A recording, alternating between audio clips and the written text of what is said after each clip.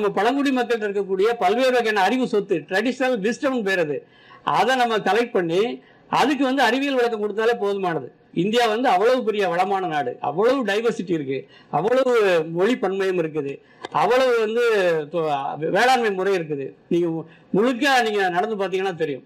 அவ்வளவு ஒரு பெருமைக்குரிய அந்த மண்ணில் இயற்கை வேளாண்மைங்கிறது சாதாரணமானது. அதை என்ன பண்ணிட்டோம் அப்படின்னா ரொம்ப ரொம்ப காம்ப்ளிகேட்டாக மாற்றிட்டோம். அது பெரிய கம்ப சூத்திர மாதிரி மாற்றி அதை செய்ய முடியாதுன்னு மாற்றி அதில் நீ அதை தெளிக்கணும், இதை தெளிக்கணும், அப்படி பண்ணணும், இப்படி பண்ணணும், ரொம்ப காம்ப்ளிகேட் பண்ணுறோம். ரொம்ப எளிமையானது. எளிமையானதுக்கான வழிகள் நிறையா இருக்குது. ஒன்றில் மண்ணை புரிஞ்சுக்கணும், மண்ணில் இருக்கக்கூடிய பயிர்களை புரிஞ்சுக்கணும். பயிர்கள் என்ன, ஒரு பயிர் எத்தனை நாள் விளையுது, அது ஆண்டு பயிரா அல்லது பெர்மனண்டாக இருக்கக்கூடிய நிரந்தர பயிரா அப்படின்னு புரிஞ்சுக்கணும்.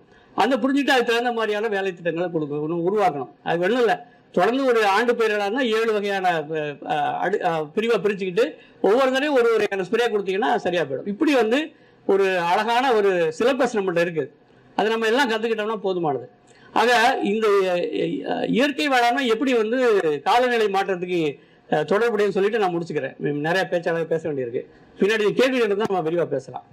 என்ன அப்படின்னா, இப்போ ஒரு செய்யக்கூடிய எடுத்துக்காட்டா கிளைமேட் சேஞ்ச் அப்படிங்கிறது எப்படி நடக்குது அப்படின்னா, குறிப்பா பூமிக்கு சூடாயிடுச்சுன்னு சொல்றோம். அதாவது பூமிக்கு காய்ச்சல் வந்துருச்சு அப்படின்னு சுருக்கமாக சொல்லலாம். எளிமையான மொழியை சொல்லணும்னா, இந்த கிரீன் ஹவுஸ் எஃபெக்ட்னு சொல்லக்கூடிய இந்த வளிமண்டலத்தில் இருக்கக்கூடிய அட்மாஸ்பியர்ல இருக்கக்கூடிய இந்த காற்றானது தொடர்ந்து அதிகமாக கார்பன் மெட்டீரியல் சேர்ந்ததுனால சூடாகுது. ஏன்னா மேலேருந்து ஒளி சூரியன்லேருந்து வரக்கூடிய ஒளியானது உள்ள பூமியை தொட்டு வெளியே போகும்போது போக முடியல, ட்ராப் ஆகுது.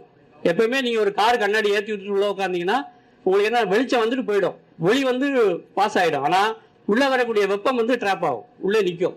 ஸோ அந்த அடிப்படையில் வெப்பம் இருக்குது. அது மாதிரி பூமியானது ஒரு ட்ராப்புக்குள்ளே மாட்டிருக்கு, இந்த வெப்பத்துக்குள்ளே மாட்டிருக்கு. அப்போ கார்பனை அட்மாஸ்பியர்லேருந்து குறைக்கணும், அதுதான் வழி. அப்போ குறைக்கிறதுக்கு என்ன அப்படின்னா ஃபாசில் ஃபியூலை குறைக்கணும்.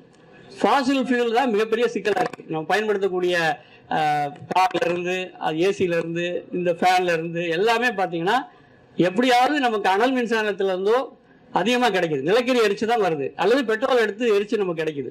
இப்போ இந்த ஃபாசில் ஃபியூல் கொஞ்ச நாள் இல்லாமல் போகுது. நம்ம ரோடு போட்டுக்கிட்டே இருக்கோம், ஆனால் கொஞ்ச நாள் 10-15 ஆண்டுல பெட்ரோலே இல்லாமல் சொல்ல போகிறாங்க. அப்போ எதுக்கு இவ்வளோ ரோடு போகிறோம்னு எனக்கு தெரியல. அப்போ ரோடாக போட்டுக்கிட்டே போகிறோம், அது வேற, அது தனிக்கதை.